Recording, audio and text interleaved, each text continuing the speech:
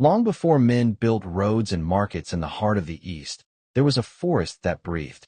The people of Umuokoro called it Yolomuo, the dwelling place of spirits.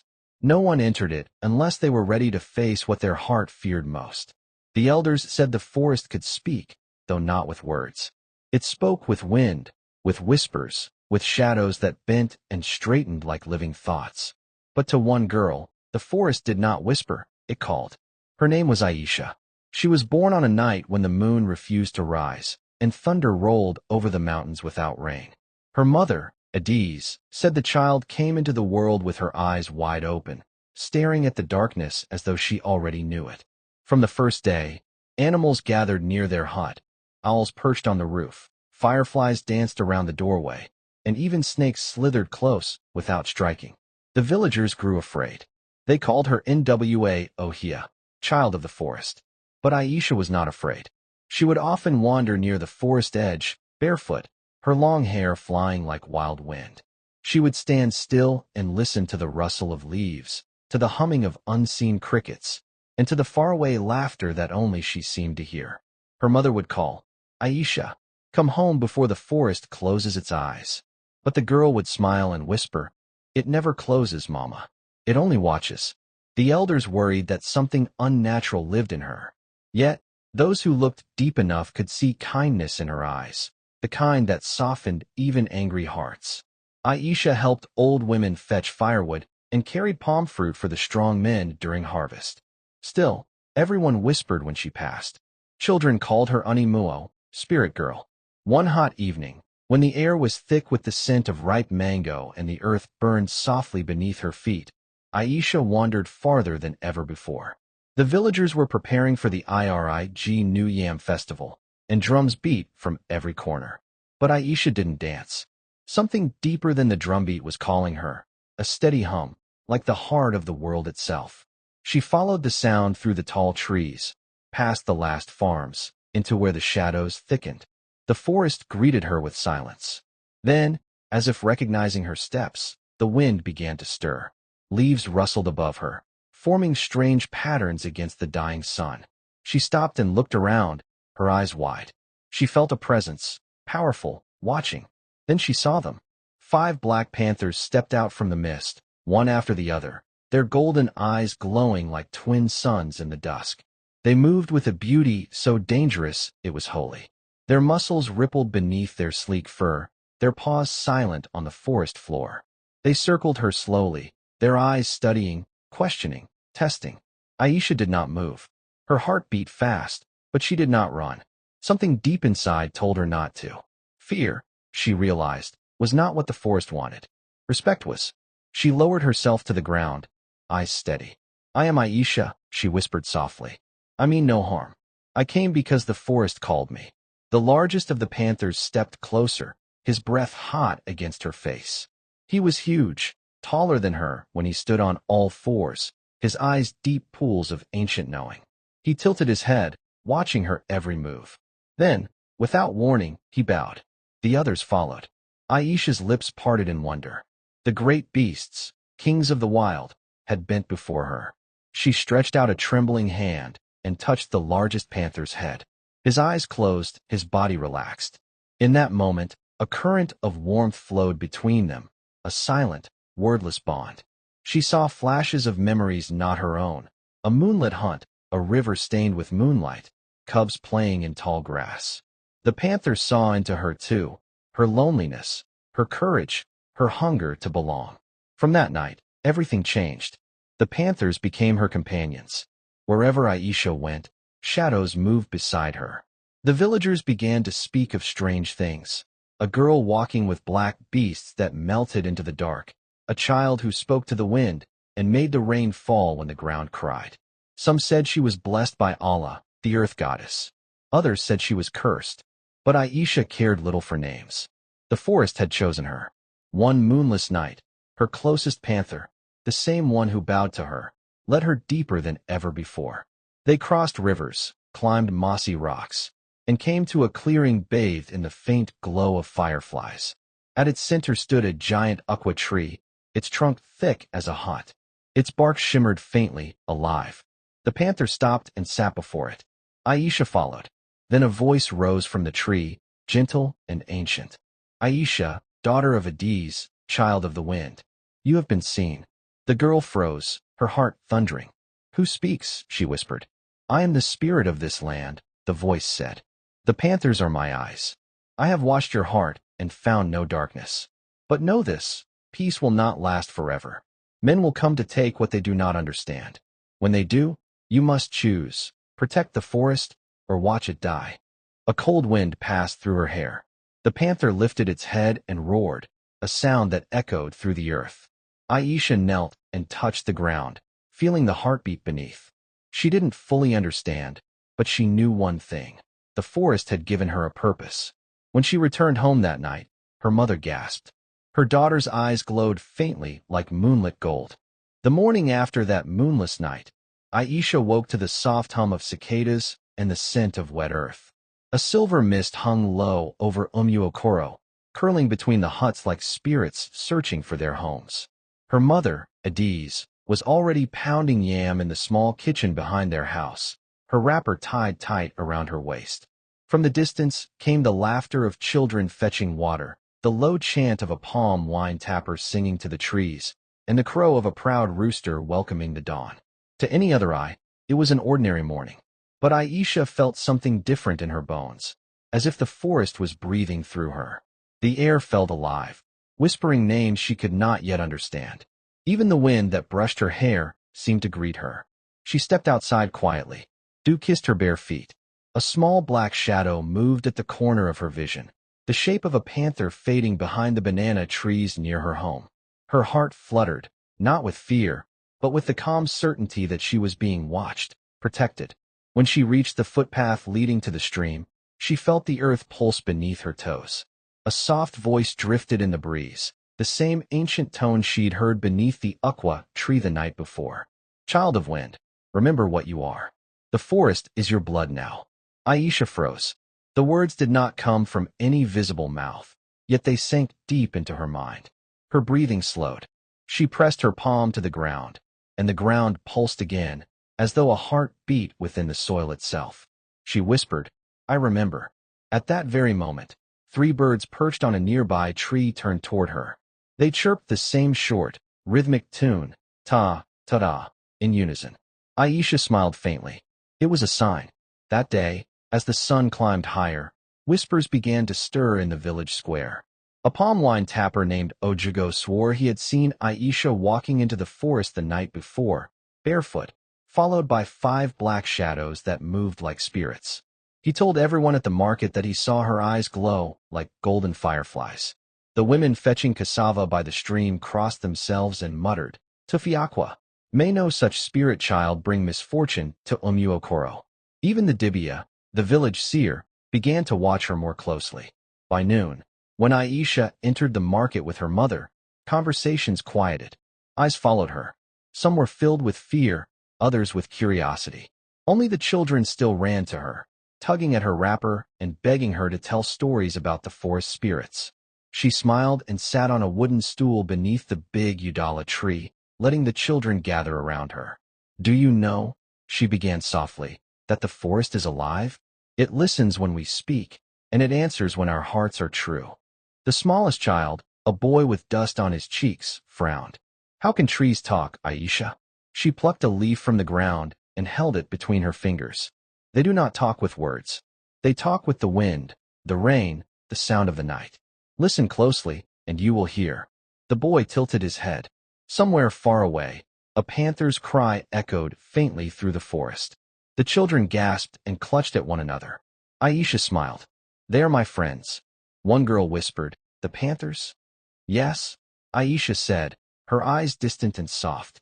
They protect the forest, and now they protect me. The words spread like harmattan fire. By evening, every elder had heard that Aisha spoke with beasts. The Dibia called a council beneath the Oha tree. Old men gathered with their walking sticks, their faces carved with worry. Chief Obioma, the oldest among them, spoke first. When a child walks with panthers, the spirits are not far. But tell me, are they the good ones or the dark ones? The Dibia closed his eyes, shook his cowries, and whispered an incantation. The shells clattered on the wooden tray, forming strange patterns. His eyes flew open. "The girl is chosen," he said slowly. "But chosen for what? I cannot see yet. The forest speaks through her, and when that happens, something great, or terrible, will come." The elders exchanged uneasy looks. That night, Aisha sat outside her hut, watching the fireflies flicker like tiny stars. The forest stood silent in the distance, black and endless. Her mother came to sit beside her, worry clouding her eyes. "My daughter," Adiz began softly, "people talk too much. They say you bring strange things into this village. They say you have spirits following you." Aisha didn't turn. "Mama, I am not a spirit. I only listen to them." Adiz sighed and touched her daughter's hair. "Child, that is what frightens them. You listen to what others cannot hear. You see what others cannot see. Be careful, Aisha. Sometimes the gift of the spirits is too heavy for a child." The girl looked up at the moon. "But Mama, what if I was born for this?" Her mother had no answer. She only drew her daughter closer and prayed silently that whatever power lived in her would not turn against her. Days passed. The bond between Aisha and the panthers deepened. Each dawn, she met them at the edge of the forest. The largest one, whom she called Ojin, meaning the voice that calls, walked beside her like a shadow. Through him, she learned the laws of the wild, how the river never fought the stone but still carved its path, how the moon could light the darkest night without burning anything it touched. Sometimes she would sit in silence and feel their hearts beat in rhythm with hers. Other times, she would run through the forest barefoot, the panthers bounding beside her, their black bodies flowing like living smoke. She learned to climb trees, to smell rain before it fell, to understand the warning cries of birds. But one day, that harmony was broken. A group of hunters from Umuokoro entered the sacred forest in search of bushmeat. They carried long spears and hunting charms tied around their necks. They laughed loudly, not caring that they walked on forbidden ground. From deep within the forest, Aisha felt the disturbance, a tear in the silence. She stopped her chores and looked toward the trees. "Something is wrong," she whispered. Ojin appeared from the shadows almost instantly, his golden eyes blazing. The other panthers followed, tails lashing the air. Aisha placed a hand on his head. "Take me there." They moved like shadows. The forest seemed apart for them. When they reached the clearing, Aisha saw the hunters cornering a small antelope. One hunter raised his spear, but before he could throw it, Ojin leaped forward with a thunderous roar. The men screamed and scattered, dropping their weapons. One tripped and fell, scrambling through the leaves. Aisha stepped out from behind the trees, her black dress fluttering like mist. "Stop!" she cried. The men froze. They turned slowly, their faces pale with fear. "Leave this place," she said softly. "You walk on sacred ground. The forest will not forgive your greed." One of them, braver than the rest, shouted, "Who are you to command us, spirit child? We hunt for our families." Aisha's eyes glowed faintly under the dim light. "There are places meant for man and places meant for spirits. This forest belongs to neither, it belongs to balance. If you take more than you need, the forest will take back." A strong wind rose suddenly, bending trees and scattering leaves. The hunters dropped their spears and ran, their voices echoing with terror. When they were gone, Aisha turned to the panthers. The antelope had escaped. Peace returned. She sank to her knees, trembling. Ojin nuzzled her shoulder, his deep rumble like distant thunder. Aisha whispered, "They will come again. They will not understand." And the forest, as though hearing her sorrow, sighed through the trees. By the time she returned home, the story had already reached the village. The hunters spoke of the girl who commanded panthers and called the wind to obey her. Some called her Aisha the witch. Others called her Aisha the spirit of the forest. But one man, the Dibia, called her something else. "She is the bridge," he said quietly to the elders that night. "Between man and the wild. Between fear and truth. But bridges can be broken, and when that happens, everything falls." And somewhere deep in the forest, Ojin lifted his head and roared toward the stars, as if warning the heavens that darkness was near. The days after the hunters' escape were quiet, but the silence felt heavy, the kind that hums with something unseen, waiting to happen. The people of Umuokoro whispered more than they spoke. Everywhere Aisha went, voices fell, eyes followed, and mothers drew their children close. Even her mother, Adiz, began to look at her daughter with silent questions she did not have courage to ask. Rumors crawled through the village like snakes in dry grass. Some said Aisha had sold her soul to the spirits. Others swore they saw her eyes glow like fire at night. The Dibia himself, though wise, could not calm the people. Fear had taken root, and fear grows faster than truth. Still, Aisha's heart remained steady. She had begun to understand her purpose, that she was the bridge between man and nature, between greed and grace. Every morning she walked into the forest to listen to its voice. The trees now spoke clearer to her, the rivers whispered warnings, and the wind carried distant cries that only she could hear. But peace, as she was soon to learn, is a fragile thing. One misty dawn, the sound of wailing filled the air. A young boy from the village had gone missing after following a stray goat into the forest. His mother, Ngozi, ran barefoot through the paths, her wrapper loose, her hair undone. "They have eaten my child," she screamed. "The panthers have eaten my child." People gathered. The hunters went into the forest and returned with what they said were paw prints, large ones, black and deep in the mud. They did not find the boy, but that was enough for fear to turn to rage. By midday, the square was filled with angry voices. "We warned her. The forest has claimed enough. That girl is a curse." Chief Obioma raised his hand to calm them, but no one listened. The people's hearts were already burning. Someone shouted, "Let us go and burn the forest. Let us kill the beasts before they kill us all." The crowd roared in agreement. Adiz, pale and trembling, ran through the crowd toward her daughter's hut.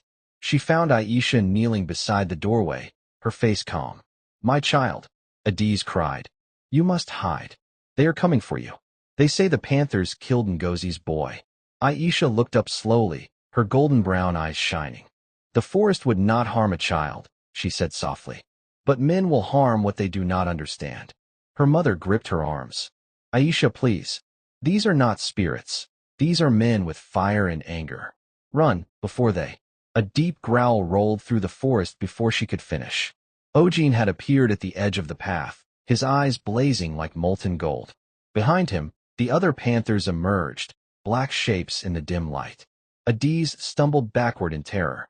"Aisha, they are here." Aisha stood, her hair dancing in the rising wind. "They are not here to harm us, Mama. They are here because the forest is weeping." By evening, the crowd had gathered at the edge of Yolomuo, the forest. They carried torches, their flames crackling in the dusk. The smell of palm oil and anger filled the air. The Dibia stood before them, his staff raised. "My people," he said, "the forest is sacred, but when darkness hides in sacred places, light must cleanse it. If the panthers have taken one of us, then the balance is broken." The crowd roared, "Burn it!" And so, the first torch was thrown. The flames caught the dry grass. Fire spread like wild spirits, climbing up the trees, turning green into red, and night into nightmare. The forest screamed, not with human voices, but with the cries of birds, the shrieks of monkeys, the cracking of wood that sounded like pain itself. From the shadows, Aisha watched in horror. She could feel the forest's agony in her chest. Every burning leaf felt like her own flesh. Tears streamed down her face. Ojin growled beside her, pacing, restless, his tail slashing the air. The panthers looked to her for guidance, their eyes wide with fear and confusion. "They are killing it," she whispered. "They are killing everything." The voice of the forest rose within her, strong and sorrowful. "Child of wind, the time has come. You cannot stand between fire and greed. You must become the voice that remembers." Aisha looked toward the burning trees, then at the panthers. "Then let me speak for you," she said. She stepped out of the shadows. Her black dress fluttered like smoke. Her bare feet sank into the ash. The villagers gasped when they saw her walking out of the firelight, unharmed, her hair whipping in the hot wind. "She is a spirit," someone screamed. "No," she said, her voice soft but commanding. "I am your daughter. I am flesh and blood, but I am also the child of this land you burn." The flames roared behind her, turning the night into day. Sparks rained from the trees. The panthers emerged too, circling her protectively. Aisha raised her hands. "Do you not hear it?" she shouted. "The forest is crying. You burn your own life away. Every tree you destroy, every beast you kill, they are part of you. The people hesitated. Even the Dibia lowered his staff. A gust of wind rushed through the clearing, swirling ash around Aisha like a storm. Her eyes glowed golden again, brighter than the fire. Her voice deepened, no longer hers alone. I am the voice of the forgotten, the breath of the land. You were meant to live with us, not above us. You have forgotten the covenant. The ground trembled. The flames bent away from her as though afraid. The villagers fell to their knees, clutching their ears. Then came a sound, a roar that shook the world. Ojin rose, mighty and terrible, his cry echoing through the hills. The other panthers joined, their voices merging into a haunting chorus that seemed to reach the sky itself. The fire flickered, died down, then went out completely, leaving behind smoke and silence. When the villagers opened their eyes, the forest stood untouched. Not a leaf burned, not a branch broken. The air smelled of rain, not fire. Aisha stood still in the middle of it all, her body faintly glowing. But when the last flame died, her light began to fade too. Her mother ran to her. Aisha, my child. Aisha smiled weakly. Mama, it's all right. The forest is safe now. Adiz held her close. Don't speak like that. You will be fine. But Aisha knew. Her time as bridge and voice was done. The balance had been restored, but such power always asks for something in return. Ojin came forward, his golden eyes sad. He nuzzled her hand, and a single tear, thick and black like the forest's own heart, fell from his eye onto her palm. Aisha whispered, "Protect them, my friend, even when they forget." Then she turned to her mother and smiled. "Mama, the forest knows your name too. Listen for it in the wind." Her body shimmered softly, like smoke under moonlight, and before anyone could reach her, she dissolved into the mist, her spirit melting into the trees, her laughter echoing faintly through the air until it faded completely. From that night, Omuokoro changed. The people never hunted in Yolomuo again. The forest became a place of peace, where only whispers were allowed. Children grew up hearing tales of Aisha, the forest child, who walked with panthers and spoke with spirits. On nights when the moon was bright, villagers said they saw a girl's shadow gliding among the trees, her hair dancing like wind, and 5 golden eyes shining softly beside her. Adiz grew old, but she often sat by the forest edge, listening to the wind. Sometimes, when the breeze brushed her cheek, she smiled and whispered, "I hear you, my daughter." And deep within Yolomuo, beneath the ancient ukwa tree, a gentle heartbeat still pulsed, the rhythm of the forest, the echo of a girl who became its soul. For though fire once tried to destroy it, and fear once tried to silence it, the bond between Aisha and the wild could never be broken. Because some hearts do not belong to men or beasts, they belong to the earth itself, and the earth never forgets.